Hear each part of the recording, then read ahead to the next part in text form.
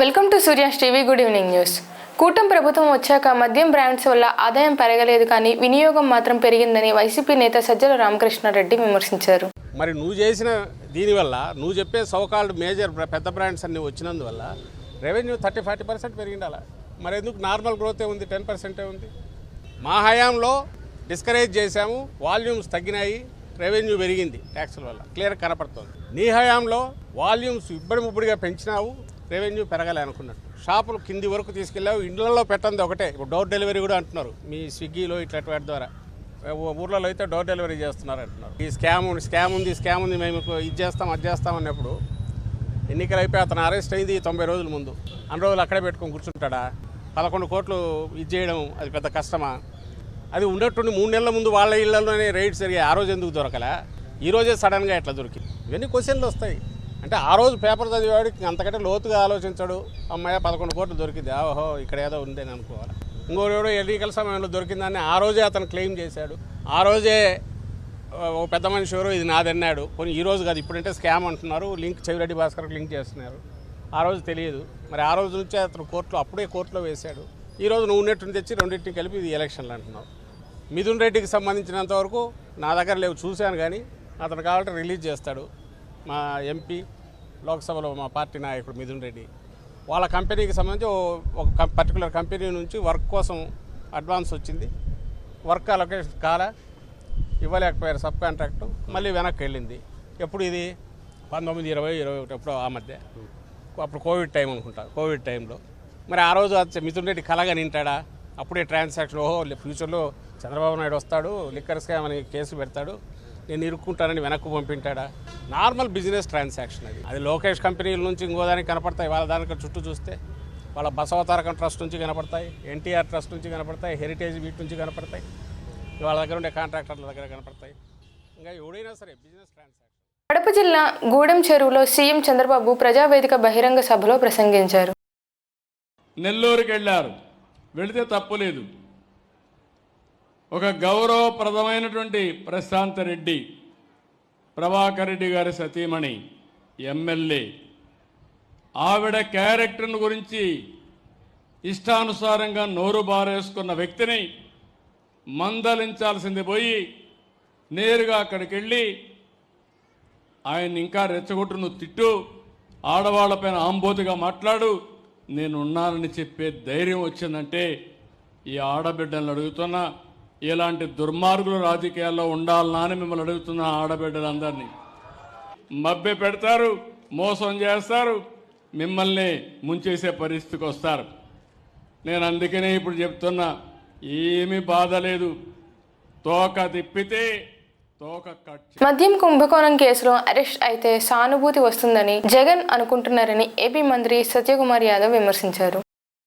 ఇవన్నీ దారులన్నీ కూడా ఎటువైపు తీసుకున్నాయి, వేళ్ళన్నీ కూడా ఒక చోటే చూపిస్తున్నాయి. బిగ్ బాస్ వైపు చూపిస్తున్నాయి, ప్యాలెస్ వైపు చూపిస్తున్నాయి. దాంట్లో భాగంగానే ఇవాళ పరామర్శకు వెళ్తూ నాకు ఒక్కటే అర్థం కాని విషయం ఏంటంటే, పరామర్శకు ఎవరైనా ఇబ్బందుల్లో ఉన్న వాళ్ళని వెళ్తాం, దౌర్జన్యాలు చేసి జైల్లో ఉన్న వాళ్ళని, కబ్జాలు చేసిన వాళ్ళని, లేకుంటే మహిళల్ని చాలా అమానవీయంగా దూషించిన వాళ్ళని పరామర్శకు వెళ్తున్నాడంటే అటు నేను గత మాజీ ముఖ్యమంత్రి ఏ రకమైన ఆలోచన దూరంలో ఉన్నారో మనకు అర్థమవుతా ఉంది. పైగా ఆయన 6 సార్లు ఎమ్మెల్యేగా ఉన్నారు, ఆయన అరెస్ట్ చేస్తారా? లేదా 5 సార్లు ఎమ్మెల్యేగా ఉన్నారు, అరెస్ట్ చేస్తారా? గతంలో మంత్రిగా పనిచేశారు, అరెస్ట్ చేస్తారా అని ఒక వితండవాదం చేస్తున్నారు. మీరు తప్పులు చేసి, కబ్జాలు చేసి, దౌర్జన్యాలు చేసి, మానవమాలు సృష్టించి భౌతిక దాడులకు పాల్పడితే దానికి 6 సంవత్సరాలు ఎమ్మెల్యే ఉంటే ఏమి, 6 సార్లు ఎమ్మెల్యే ఉంటే ఏమి? ఎవరైనా నేరస్తుడే చట్టం దృష్టిలో. తద్వారా ఆయన ఏం చెప్పి సమాజానికి మెసేజ్ ఇస్తున్నాడంటే, ఇన్ని సంవత్సరాలు ఎమ్మెల్యేలుగా ప్రజాప్రతినిధులుగా ఉంటే వాళ్ళని అరెస్ట్ చేయకూడదని ఒక కొత్త వాదన తీసుకొచ్చారు. అటువంటిది ఏం లేదు. ఆయన గతంలో ముఖ్యమంత్రులు చేసిన మధు కోడాలు జైలుకి వెళ్ళారు, మీరు కూడా ఎంపీగా ఉండి జైలుకి వెళ్ళారన్న విషయాన్ని ఒకసారి గుర్తుపెట్టుకోవాలా. అదే సమయంలో మరి ఇటువంటి వితండవాదం చేస్తున్న మీరు పవన్ కళ్యాణ్ గారిని ఏ రకంగా ఇబ్బంది పెట్టారు గుర్తులేదా? ఏ రకంగా 53 రోజుల పాటు ముఖ్యమంత్రి, 14 సంవత్సరాల పాటు ముఖ్యమంత్రిగా పనిచేసిన చంద్రబాబు నాయుడు గారిని 9 సార్లు ఎమ్మెల్యేగా గెలిచిన అకారణంగా ఎటువంటి ఆధారాలు లేకుండా అరెస్ట్ చేయలేదా? అచ్చెన్నాయుడు గారిని భౌతికంగా వారి మీద దాడులు పాల్పడలేదా? కుల్లు రవీంద్ర గారిని జైల్లో పెట్టలేదా? లేకపోతే ధూళిపల్ల నరేంద్ర గారిని పెట్టలేదు? ఎవరిని పెట్టలేదు చెప్పండి? ఎవరి మీద దాడులు చేయలేదు చెప్పండి? ఏంటంటే ఇవన్నీ దారులు తన వైపే వస్తున్నాయి. ఈ మద్యం కేసులో తన వైపు వస్తుంది. తను ఎక్కడ అరెస్ట్ అవుతానన్న భయంతో ఈ రకంగా జగన్మోహన్ రెడ్డి గారు వితండవాదం చేస్తూ ప్రజల్ని ఒక కన్ఫ్యూజన్లోకి నెట్టేసే ప్రయత్నం చేసి తద్వారా ఏమైనా సానుభూతి లభిస్తుందేమో అని చూశారు. కొన్ని వేల మంది ప్రాణాలతో మీ మద్యం కోసం, మీ ధనార్జన కోసం మీరు చేసిన ఈ మద్యం స్కామ్ కారణంగా ఇవాళ అనేక ఆత్మలు ఘోషిస్తున్నాయి. జగన్మోహన్ రెడ్డి గారు మీరు విషయం గుర్తుపెట్టుకోవాల్సింది. ఇవాళ అనేక మంది మంచానికి పరిమితమైనారన్న విషయాన్ని గుర్తు చేసుకోవాలి. వారి ఇవన్నీ ప్రజలు గతంలో మీరు చెప్పినట్టుగా మాయమాటలు నమ్మే ప్రసక్తి లేదు. ఇటువంటి మళ్ళీ నమ్మి మోసపోయే విధంగా కూడా వారు దీంట్లో కూడా లేరు. ఏపీలో అరెస్టుల పర్వం కొనసాగుతుంది. ఈ నేపథ్యంలో మాజీ మంత్రి అనిల్ కుమార్ యాదవ్ అరెస్టు భయంతో పారిపోతున్నారంటూ వస్తున్న వార్తలపై క్లారిటీ ఇచ్చారు. నేను ఎక్కడికి పోట్లా, ఈ కోర్టు వరకు బెయిల్ వేసిన, హైకోర్టుకు కూడా బెయిల్ తెచ్చుకోలేదు, ఇంకెందుకు గమ్ముగా వదిలేసిన, ఎక్కడికి పోట్లా. నేను చెన్నైలో ఉంటున్నా, 3 రోజులు చెన్నై పిల్లలు చదువుకో పోయి వస్తున్నా. దానికి పాపం కొంతమంది అన్ని యాడికి పోలే, నా ఫోన్ ఆన్లోనే ఉంది, నా ఫోన్స్ ఆన్లోనే ఉన్నాయి. నేను ఆ రోజే చెప్పిన, నేను సిద్ధంగా ఉన్నా, మీరు పంపించాలనుకుంటే లోపలికి వెళ్ళేదానికి కూడా నేను సిద్ధంగానే ఉన్నా, నేను ఎక్కడ పోయేది లేదు. కానీ ఏంటంటే అది ఏదో రోజు చెప్తే, ఒకవేళ నేను పని ఉండే బయటికి పోయాను అనుకో, పారిపోయాడంటే అట్టగా సార్, నాకు పనులు ఉంటాయి కదా. మీరు పొద్దున సాయంకాలం అని చెప్పి వేచి ఉండలేను కదా. 30వ తేదీ నేనే వస్తాను, 4వ తేదీ రమ్మన్నారు, వస్తా. అంతేగాని నా ఫోన్ మీరు ఎక్కడ, నా ఫోన్ ఆఫ్లో లేదు, నా ఫోన్ ఆన్లోనే ఉంది. చెన్నై, నెల్లూరు. మంత్రి పెమ్మసేని చంద్రశేఖర్ శుక్రవారం నాడు సమీక్ష సమావేశం నిర్వహించారు.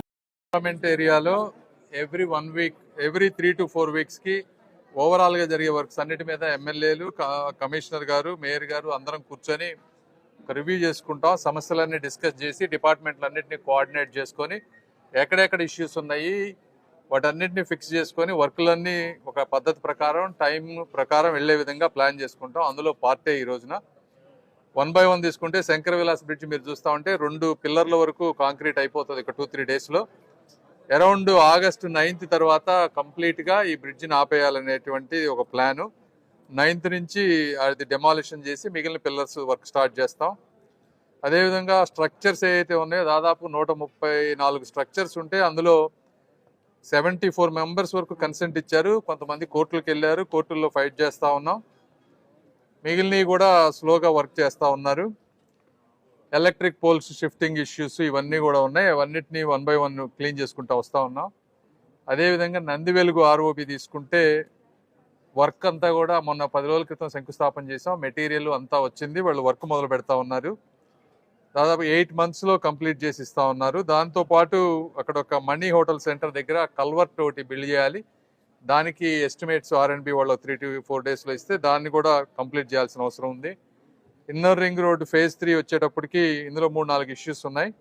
Right of way boundaries walls fix చేయటం, అదేవిధంగా అక్కడ ఇంకా కొన్ని 41 స్ట్రక్చర్స్ ఉన్నాయి, అవి కూడా తీసేయాలి.